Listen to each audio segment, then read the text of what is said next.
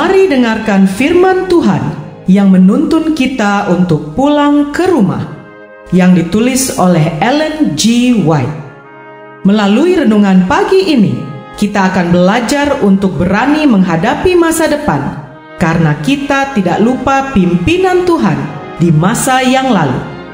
Bersama Mana Multimedia Ministry, selamat mendengarkan. Shalom, selamat pagi saudaraku. Renungan pagi kita hari ini 21 Oktober berjudul Akhir dari pekerjaan Yesus sebagai imam dan pengantara. Bersama saya, Pendeta Andre Daembani.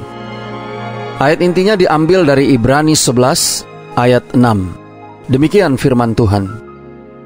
Tetapi tanpa iman tidak mungkin orang berkenan kepada Allah. Sebab barang siapa berpaling kepada Allah, ia harus percaya bahwa Allah ada dan bahwa Allah memberi upah kepada orang yang sungguh-sungguh mencari Dia. Mari kita dengarkan penjelasannya. Tetapi orang-orang belum bersedia untuk bertemu dengan Tuhan mereka. Masih ada pekerjaan persediaan yang harus mereka laksanakan. Terang akan diberikan untuk menuntun pikiran mereka ke bait Allah di surga.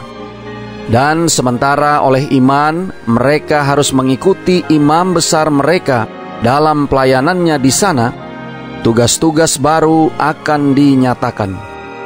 Pekabaran amaran dan petunjuk yang lain akan diberikan kepada gereja. Nabi itu berkata, "Siapakah yang dapat tahan akan hari kedatangannya? Dan siapakah yang dapat tetap berdiri apabila ia menampakkan diri? Sebab ia seperti api tukang pemurni logam, dan seperti sabun tukang penatu. Ia akan duduk seperti orang yang memurnikan dan mentahirkan perak. Dan ia akan mentahirkan orang Lewi, menyucikan mereka seperti emas dan seperti perak, supaya mereka menjadi orang-orang yang mempersembahkan korban yang benar kepada Tuhan." Dicatat dalam Maleakhi 3 ayat 2 dan 3.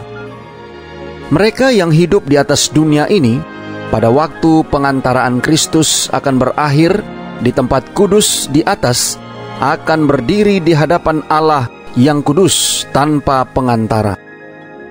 Jubah mereka harus tidak bernoda. Tabiat mereka harus dimurnikan dari dosa oleh percikan darah. Melalui karunia Allah dan usaha keras mereka harus menjadi penakluk dalam perang melawan yang jahat. Sementara penghakiman pemeriksaan berlangsung di surga, sementara dosa-dosa orang percaya yang menyesali dosa-dosanya dipindahkan dari tempat kudus, akan ada pekerjaan khusus pemurnian untuk membuangkan dosa di antara umat Tuhan di dunia ini.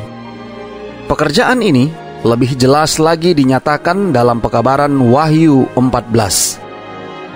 Kalau pekerjaan ini telah dilaksanakan, pengikut-pengikut Kristus akan siap bagi kedatangannya. Maka persembahan Yehuda dan Yerusalem akan menyenangkan hati Tuhan, seperti pada hari-hari dahulu kala dan seperti tahun-tahun yang sudah-sudah. Dicatat dalam Maleakhi 3 ayat 4. Kemudian jemaat yang akan diterima Tuhan kepadanya pada waktu kedatangannya akan menempatkan jemaat di hadapan dirinya dengan cemerlang, tanpa cacat atau kerut atau yang serupa itu. Dicatat dalam Efesus 5 ayat 27. Kemudian jemaat itu akan muncul laksana fajar merekah, indah bagaikan bulan purnama, bercahaya bagaikan surya, dahsyat seperti bala tentara dengan panji-panjinya.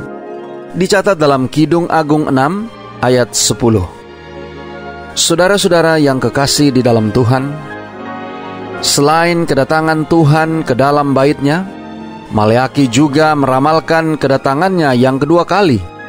Kedatangannya untuk melaksanakan keputusan penghakiman. Dicatat dalam Maleakhi 3 ayat 5. Alfa dan Omega Jilid 8, halaman 445 dan 446. Doa kita hari ini. Bapa, terima kasih. Melalui renungan pagi ini, kami boleh mendapatkan satu pelajaran yang penting dalam kehidupan rohani kami. Terima kasih, melalui renungan pagi ini kami boleh belajar bagaimana akhir daripada pelayanan pengantaraan Yesus di bait suci surgawi akan berakhir. Tolong kami hari ini Bapa, biarlah dengan pertolongan kuasa Roh Kudus-Mu, kami boleh dapat disanggupkan untuk menghidupkan firman yang sudah kami dengarkan. Kami boleh siap untuk dimurnikan, disucikan, disiapkan untuk menjadi pemenang, mengenakan pakaian putih sebagai lambang dari umat-umat Tuhan yang akan diselamatkan. Terima kasih Bapa.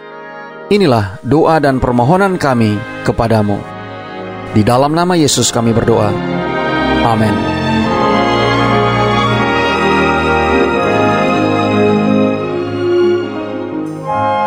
Demikianlah tadi pembahasan tentang pulang ke rumah.